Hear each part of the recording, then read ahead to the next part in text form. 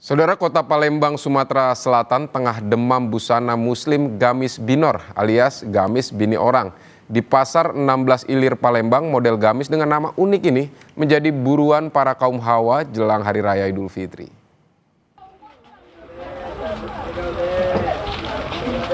Jelang Lebaran, tren busana muslim selalu mencuri perhatian.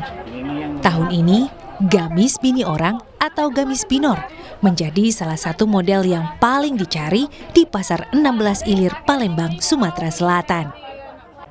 Gamis binor memiliki potongan longgar dengan bahan ringan, lembut, dan mudah jatuh mengikuti gerak tubuh seperti brokat atau satin. Bahan yang ringan memberi kesan anggun dan feminin, sehingga nyaman dipakai saat beribadah maupun bersilaturahmi. Gamis bini orang muncul dari konten media sosial dan strategi pemasaran pedagang untuk menyebut gaya busana muslim yang terlihat modis, santun, dan berkelas. Keunikan nama dan modelnya membuat gamis binor diburu pembeli. Hampir di setiap toko di pasar 16 Ilir memajang gamis binor bersama beragam busana muslim lainnya. Gamis binor dijual mulai harga Rp200.000.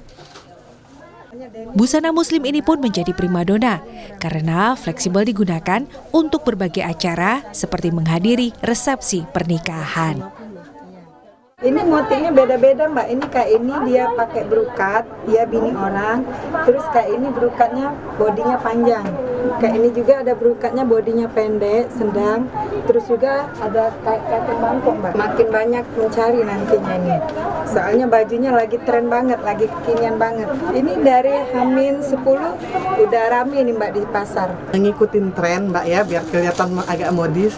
Terus juga kan selain lebaran kan bisa dipakai untuk kondangan gitu kan, masih bisa digunain lagi kan, nggak sekali pakai jadi.